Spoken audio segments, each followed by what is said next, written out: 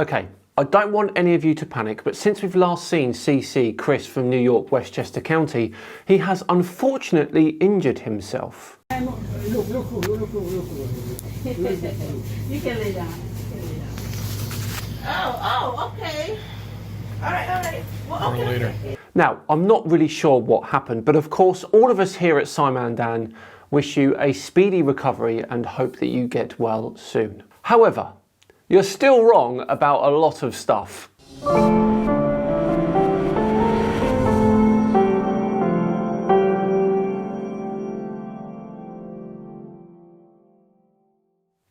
Hello all and welcome along to another episode of Flat Earth Friday with me, Simandan.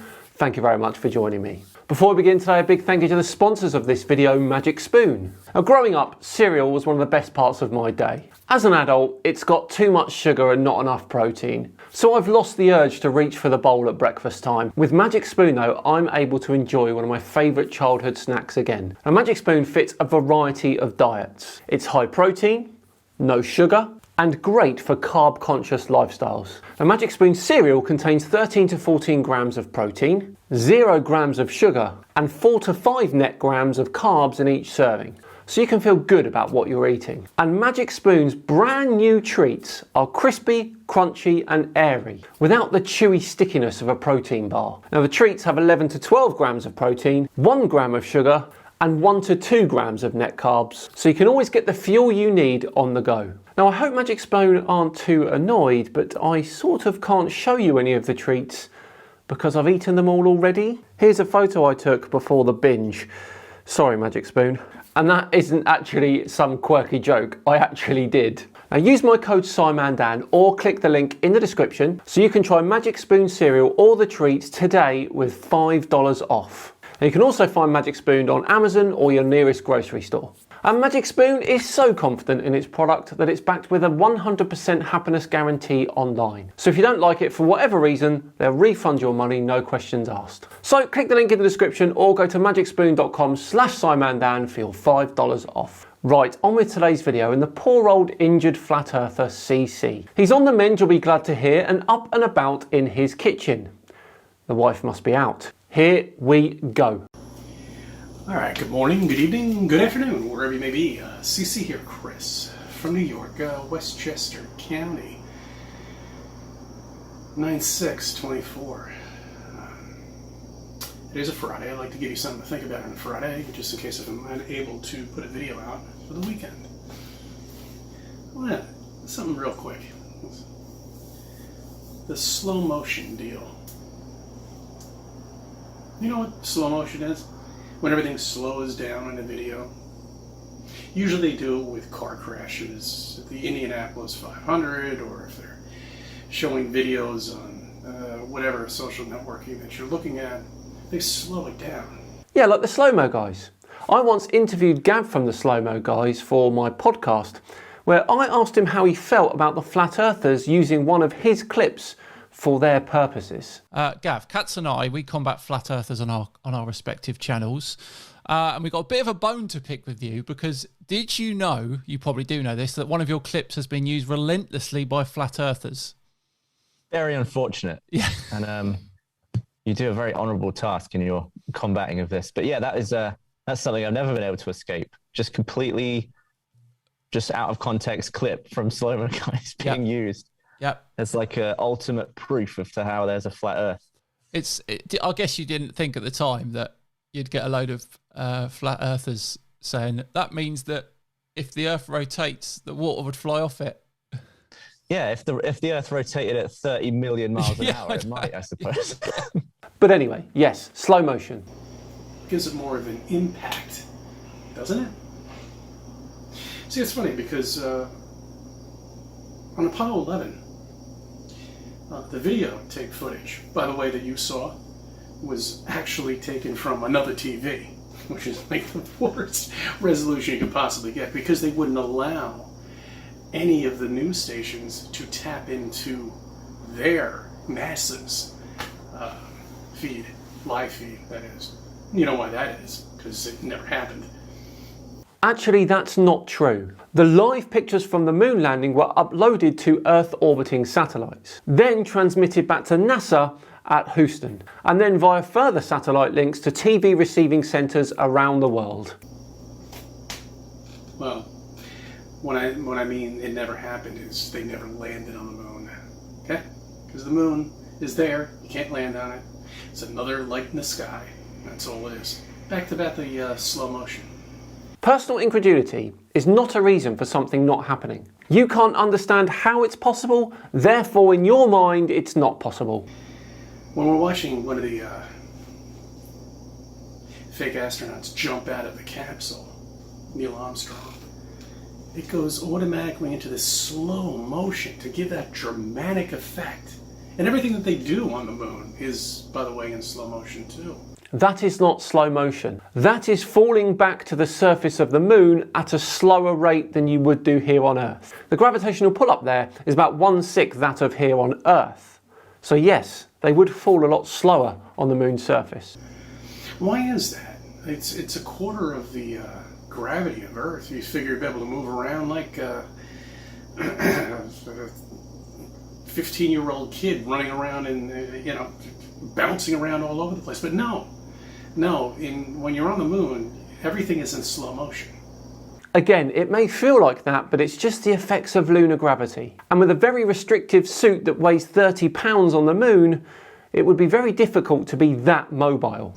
So if you were to build a moon base on the moon, would that mean you would perhaps live twice as long? So the average age here on Earth is probably about 80. So you're going to live to 160 years old if they ever make any bases on the moon. And they never will. Whoa. Chris, are you insinuating that the lower gravity on the moon means that you age slower? Because that is not how that works, my friend. Dear oh dear. You'll never see anybody ever land anywhere ever again. Because they can't get away with it. I'm sorry, guys. It's all lies. I'm going to clip that and then play it when Artemis lands on the moon. For you to enjoy. So, back to slow-mo. What's the deal with that? I mean, why are they going in slow motion? I mean, they shouldn't be. Physics would say they should be traveling 5-6 times faster. Not really. If you had normal clothes on and no restrictive suit, as well as supergravity boots that gave you good traction on the surface, you probably could move quite fast, but alas, that's not going to happen. On the moon than down here. But nobody asks about that. Nobody talks about that. Nobody talks about the camera that they were using in 1969. Did they have Wi-Fi back then? I don't think they did they? No, Wi-Fi just came out recently in the last decade or two. But apparently they must have had it up there. Oh, you know what it was? It was a wire. That's right. I forgot about that. They had a wire connected to the camera that was on the moon that was able to landscape this thing, take right off of the moon. And, the fake astronauts were sitting there with a Nintendo Game Boy thing, or whatever the hell it is. And they were, pivoting the camera up and got a perfect shot. One shot. Actually, that was done in mission control, and they even had to allow for a 2-second lag. Okay, here. Let me show you something. Here is my first bread. You can't really see it. It's wrapped in this. It takes perfection to make bread. Okay? Perfection. This is my first loaf of bread cooked. I mean, I make pizza all the time. Pizza dough is very easy to make. But bread is kind of difficult. This was my second attempt. And this came out perfect. Right here. Perfect. Perfect loaf of bread. Yeah, that's great, Chris, but what's that got to do with trying to convince people the Earth is flat? Okay. It took me 2 or 3 times to do this. In this case, it took me twice. It took the astronauts 1 time to perfect it. That's it. First shot deal. Not only to land, to launch off into space with all their mathematical computations and everything like that. They were able to land on the moon. 1 shot. No problem. Apollo 7, 8, 9 and 10 are like, am I a joke to you? There were 4 manned Apollo missions before we landed on the moon. Not to mention the countless hours in the simulators. We've been lied to on a massive scale beyond you could possibly ever imagine. It means everything is a lie. They lie about this, they lie about that, they lie about everything. So did you really only take 2 tries to make that bread?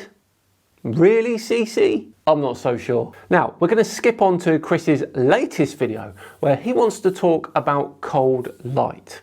Of course, he's still injured. Good morning, good evening, good afternoon, wherever you may be. CC here, Chris, from New York, Westchester County. So 9/9/24.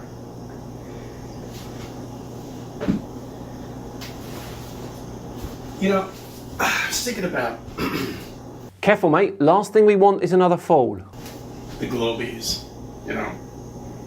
And I'm sure they've done experiments. They had to. I just want to give you an example of one experiment I'm sure they've done. They're easy experiments, you know, it's just using the sun and the moon. That's right. Yes, my favorite. It's a Swiss Army knife, your regular, typical, off-the-shelf unit.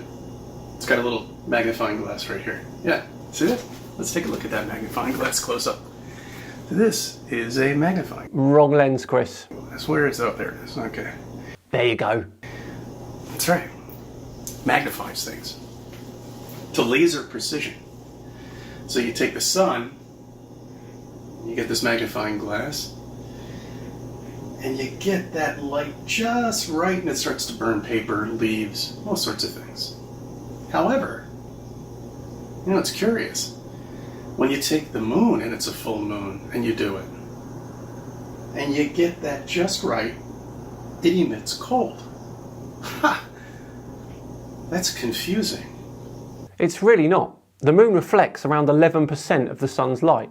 It's just reflected sunlight, and as such contains a hell of a lot less energy. Now that's not hard to understand. Now, weren't we told that the light from the sun is reflecting off of the moon, and that's what it's projecting? Yeah, but the moon itself is not a nuclear reactor, is it? And as I said, 11%. We were told that. So there shouldn't be getting colder. If anything, it should be warm, at best, at least. It doesn't get colder. Anyone that says that is lying. But it's not. It's cold. So that would lead me to believe that the moonlight is its own source, has its own source of light. Yeah, but powered by what, Chris? Are you going to answer that? Well, that wouldn't make any sense at all to me. We were told that it's reflecting the light from the sun and projecting it back down to Earth. So it shouldn't be getting colder. It should be at least lukewarm or room temperature or something, but not 10 degrees cooler. See, a Globie, if they conduct this experiment, this would be their reaction. You know, they would be, you know, it's like, oh, no, I don't want to see it anymore. I can't, I don't want to look at it anymore, okay? Get it away from me. No, we wouldn't. We would know that radiative cooling is a thing. I've talked about this many, many times in previous videos. Come on, let's go to the bar, or wherever the hell. Let's go watch the sports game. And that would be the extent of the experiment, and then that would get out of their head, and they wouldn't think about it anymore, and then it would be over. Back to pretending like you think everything is true and living on a ball and spinning away. That would be their reaction to it, and that sucks. What you've just described there is pretty much how Jeren reacted after he proved the curvature of the Earth. But I think for now we're going to leave CC for another Flat Earth Friday and say we're all done and dusted for another one. Let me know down below in the comments what you think of CC's 2 videos there, and of course whether or not you think he did only take 2 tries to make that bread. Thanks so much for watching. As always, it is appreciated. If you enjoyed it, please do consider subscribing to the channel. We're so close to 600,000 now. And of course, hitting the thumbs up button too would help massively as well. Just enough time to once again thank Magic Spoon for sponsoring today's video. Remember, click the link in the description below or go to magicspoon.com/SimonDan to get $5 off now. I've been Simon Dan. Have yourselves a great day, and I'll see you all tomorrow for another Saturday session. See you then.